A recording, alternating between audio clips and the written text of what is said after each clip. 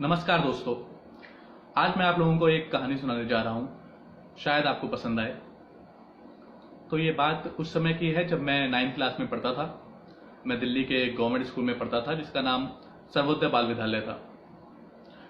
उस समय government school में कुछ खास पढ़ाई होती नहीं थी और बच्चे क्या करते थे कि पहला पीरियड अटेंड किया और उसके बाद अपने घर निकल जाते थे, क्योंकि अटेंडेंस हो गई और 75% अटेंडेंस होती है तो आप एग्जाम में बैठ सकते हो। तो अटेंडेंस देते थे और फिर घर निकल जाते थे। तो इस चीज को रोकने के लिए एक नया कंसेप्ट आया हमारे स्कूल में और शायद और दूसरे सरकारी स्कूलों में भी। एक क्लास रिप्रेजेंटेटिव का कंसेप्ट आया। क्लास रिप्रेजेंटेटिव कह लो या फिर आप उसे मॉनिटर भी कह सकते हैं। सो मॉनिटर का काम होता था कि उसे एक डायरी दी जाती थी। वो हर पीरियड में सब बच्चों के अटेंडेंस लेता था और उस डायरी में नोट कर देता था। अगर कोई बच्चा जाता है तो बाद में जब भी क्लास टीचर उसे देखता था या फिर प्रिंसिपल देखता था, तो अगर कोई वैलिड रीजन नहीं है तो वो उसे डांट सुनाता था या जो भी पनिशमेंट होती थी वो देता था। तो ये नया नया कंसेप्ट आया था। तो हमारे क्लास टीचर ने हमें सारी बातें बताई कि इस तरह से क्लास रिप्रेजेंटेटिव या फिर मॉनिटर का कंसेप्ट है और इसमें सिर्फ यही ड्यूटी नहीं है कि आपको डायरी में अटेंडेंस लगानी है, बट कुछ और ड्यूटीज भी हैं, जैसे कि प्रेयर्स वगैरह में अगर आपकी क्लास को रिप्रेजेंट करना है तो पहले क्लास रिप्रेजेंटेटिव को आगे बुलाया जाएगा।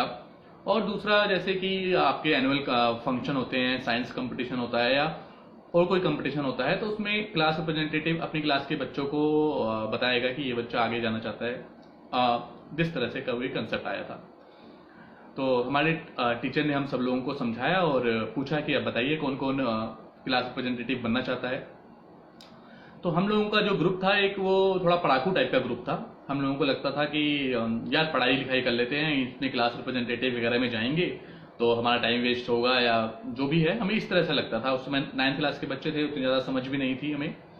तो हमने कहा कि नहीं, हम में से कोई पार्टिसिपेट नहीं करेगा या हम अपनी पढ़ाई पे ध्यान देंगे। ये तो दूसरे लड़कों का काम है जिन्हें ये सब एक्टिविटी करने में बहुत ज़्यादा मज़ा आता है या दादागिरी टाइप करने में, कि नेता बनने में मज़ा आता है, तो वो करेंगे। तो दो लोग उनमें से खड़े भी हुए जिनका अलग ग्रुप था। और हर क्लास में थोड़ा एक ग्रुप बन जाता है, जैसे लाइक माइंडेड पीपल लोग आपस में एक ग्रुप बना लेते हैं कि एक पढ़ाकू वाला ग्रुप होता है, ये थोड़ा बदमाशी करने वाले बच्चों का ग्रुप होता है और ये थोड़ा सबका अपना अपना एक ऐसा ग्रुप होता है।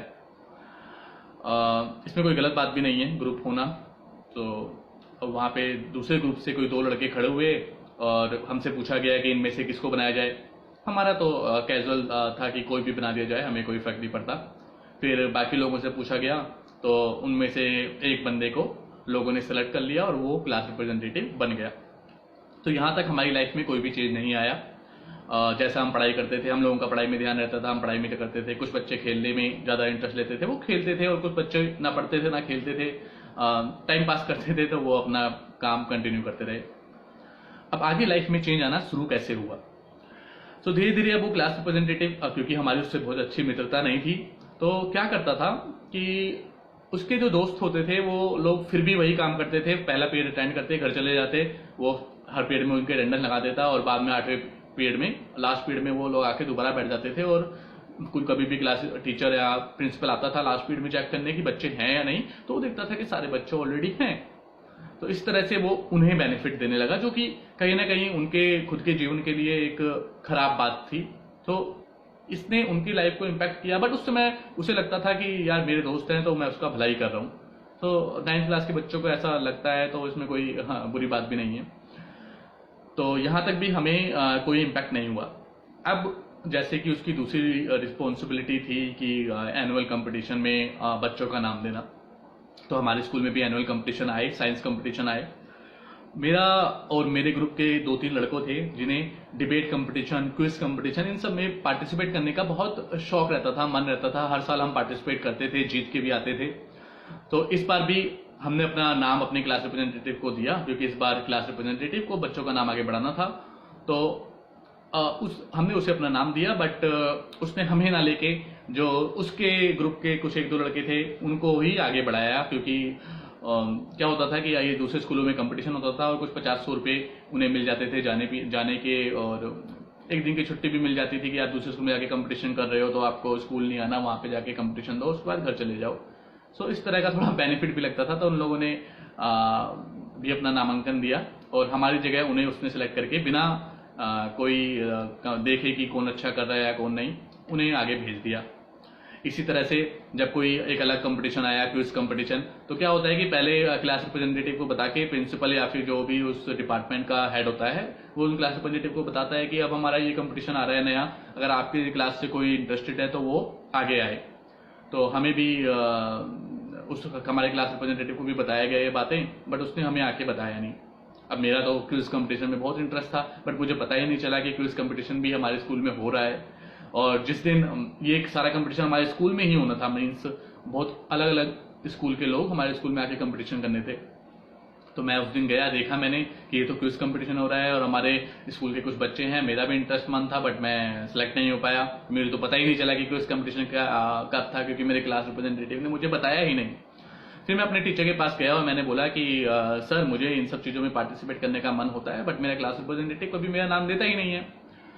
तो टीचर ने भी मुझे समझाया कि बेटा, जिस टाइम पे जब मैंने तुमसे पूछा था कि ये क्लास रिप्रेजेंटेटिव आप में से किसी को बनना है, तो आप लोगों ने बिल्कुल भी इंटरेस्ट नहीं दिखाया। आपने कहा नहीं मुझे कोई नहीं, कुछ नहीं बनना। और जो बना, जो 2-3 लोग खड़े भी हुए, उनमें से भी हमने आपसे पूछा कि आपको किसी को चूज करना है, तो उसमें से भी आपने किसी को चूज नहीं किया। और अब आप आके उल्टा मुझे ही उसकी शिकायत लगा रहे हो, जिस बंदे ने ये एक्स्ट्रा रिस्पॉन्सिबिलिटी लेने की कोशिश की। मुझे उनकी बात थोड़ी बहुत सही लगी, थोड़ी बहुत नहीं लगी, बट मैं वापस आ गया, क्या कर भी कुछ नहीं कर सकता था मैं। फिर अगले साल दोबारा से यही क्लास रिप्रेजेंटेटिव वाली बात हुई। इस बार हमने अपने में से भी एक स्टूडेंट को आगे बढ़ाया और वो क्लास रिप्रेजेंटेटिव बना। तो इस तरह से फिर अगले इस साल जो भी कंपटीशन हुए हमने पार्टिसिपेट लिया। हम एक बच्चा हमारे में से जाता तो एक बच्चा दूसरे ग्रुप में से भी, तो इस तरह से एक बैलेंस मेंटेन होने लगा। और हम सब लोगों को एक बात समझ में आ गई कि वोट देना या फिर प्रत्याशी चुनना बहुत इंपॉर्टेंट है। वो एक छोटा लेवल था, स्कूल लेवल था, वहां पे अपनी क्लास को रिप्रेजेंट करना या फिर अपने स्कूल को रिप्रेजेंट करना एक छोटे लेवल की बात थी, फिर भी वो हमारे लिए इंपॉर्टेंट था, क्योंकि उस समय पढ़ाई और स्कूल ही हमारे लिए सबसे इंपॉर्टेंट था। ये सब बात मैंने आपको इसलिए बताई क्योंकि कुछ ही महीने बाद 2 महीने बाद हमारे इस देश में चुनाव होने वाले हैं। भारत सबसे बड़ा प्रजातांत्रिक देश है और इसमें चुनाव एक बहुत ही महत्वपूर्ण प्रक्रिया है जिसके द्वारा हम अपने प्रत्याशी चुनते हैं। और बहुत से ऐसे युवा लोग हैं जो नॉर्मली मिडिल क्लास के लोगों की बात इसलिए कर रहा हूँ कि ज़्यादातर उन लोगों की थिंकिंग ये होती है कि यार हमारी लाइफ में डायरेक्ट कोई चेंज नहीं आएगा। तो मेरा आप लोगों से निवेदन है कि आप ऐसा ना सोचें। एक एक वोट बहुत इंपॉर्टेंट होता है और आपका ये वोट बहुत ही बहुमूल्य है।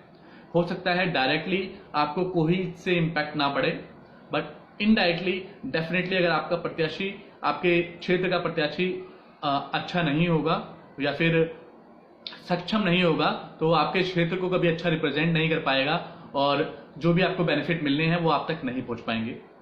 तो मेरा आपसे सभी लोगों से ये सविनय निवेदन है कि कृपया करके हमारी इस छोटी सी जो कहानी थी मेरी, उसकी बात से सीख लें कि किस तरह से एक स्कूल क्लास में हम लोगों की लाइफ में वोट ना देना चेंज लाता है। उसी तरह से वो तो खैर स्कूल की बात थी, ये पूरे देश की बात है। तो सिर्फ फेसबुक, सोशल मीडिया और अलग इंस्टाग्राम इन जैसे प्लेटफॉर्म पे देश भावना जताना ही बहुत बड़ा देशभक्ति का काम नहीं होता। आप लोगों का एक अधिकार है, एक ह्यूमन राइट है कि आपको वोट देना चाहिए। तो इसका सदुपयोग करें और सदुपयोग इस तरह से करें कि वोट सिर्फ देने के लिए ही वोट ना करें। जो भी आपके क्षेत्र से प्रत्याशी खड़ा है उसके बारे में जानें और कौन सा प्रत्याशी उन सभी प्रत्याशियों में से बेहतर है उसे ही वोट दें। इसी चीज को हम कहते हैं कि अपने बहुमूल्य वोट का सदुपयोग करें। धन्यवाद। शायद आपको मेरी बात समझ में आई हो, तो अगर आई है तो उसके लिए धन्यवाद। अपना वोट जरूर दें। जय हिंद, जय भारत।